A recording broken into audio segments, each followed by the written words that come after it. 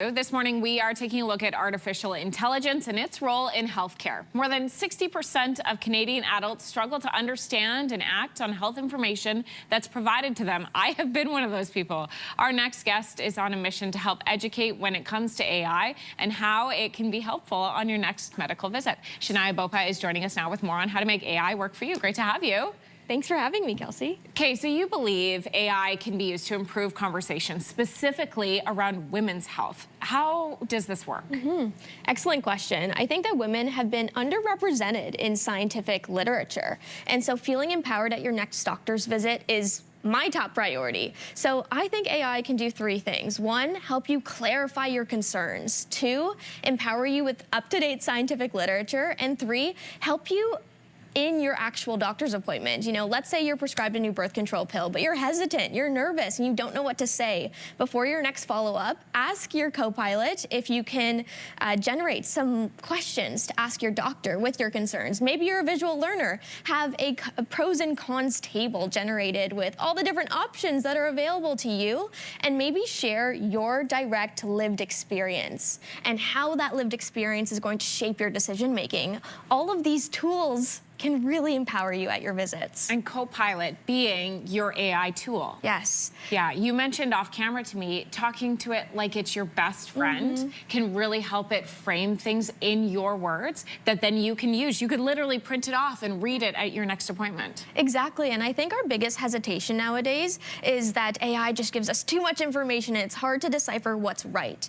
What I think people should leave with today is knowing that you can ask your AI tool for up-to-date scientific literature with the citations and with citations that are relevant to you. Let's say you are an individual, you're an immigrant to Canada and you don't know how to navigate the system. Share that information with your co-pilot. Give it that context and it will give you the relevant information. It's very exciting. Patients, I think, are increasingly looking to AI to help interpret results. We know that doctors are being trained to use AI, but can you speak about why educating patients is just as crucial?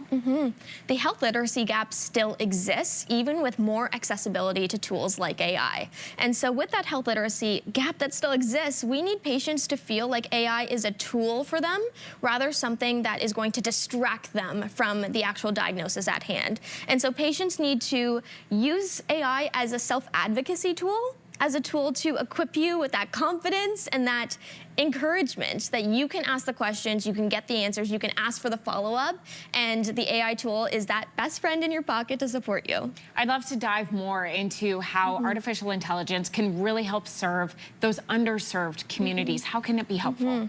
Well, women, racialized communities, folks from low-income communities have had to fight for their voices to be heard, and that's the biggest problem. And so this AI tool like Copilot can be the context tool that you need for your doctor's appointment. So share your story, share what you're looking for, and be really articulate with the prompts that you're asking your AI tools, and it will not only bring that confidence to your next doctor's visit, but also make you feel like you're in charge of your health. Health is more than just health care. It's the social, political, economic factors, and we need to have that context when adequately taking care of our patients. Shana, I think we've all been in a position where you Google something that you're experiencing and then your options are like you have cancer or you're about to die. Really is what the social or the online search shows you. So we know medical information and misinformation is everywhere. It's rampant online, especially with social media, especially with, I think, wellness influencers. There's a lot of stuff out there that it's just noise. So how can AI help to counter that noise and the medical misinformation? I think it's important to acknowledge that social media has general information.